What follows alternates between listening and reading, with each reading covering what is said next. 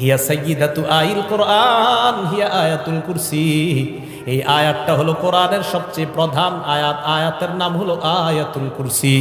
তাহলে কোরআনের প্রধান আয়াত আয়াতুল কুরসি, কোরআনের শ্রেষ্ঠ মর্যাদাপূর্ণ আয়াতের নাম আয়াতুল কুরসি।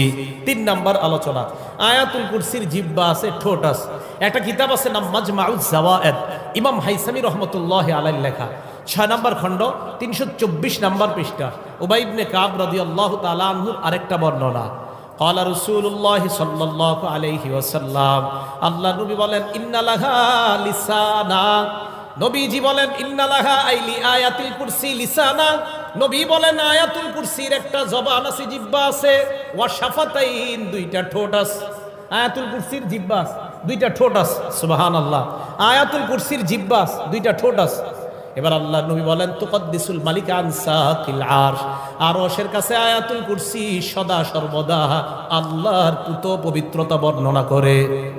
আয়াতুল কুরসির জিহ্বা আছে, 2টা ঠোঁট আছে, আরশের কাছে থাইকা সদা সর্বদা আল্লাহর পবিত্রতা বর্ণনা করে। ভাইও কিছু মনে করবেন না, আলেমরা ছাড়া অন্য কারা কারা আয়াতুল কুরসিটা পারেন?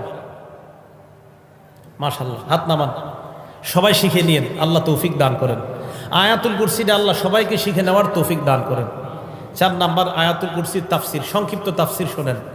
আল্লাহু লা ইলাহা ইল্লা হুয়াল হাইয়ুল কাইয়্যুম, আল্লাহ লা ইলাহা ইল্লাহু, তিনি ছাড়া কোনো ইলাহ নাই। মন দিয়ে শোনেন, লা ইলাহা ইল্লাহু এটা হলো কালিমাতুত তাওহীদ, একত্ববাদের শব্দ, একত্ববাদের বাক্য, একত্ববাদের কালিমা।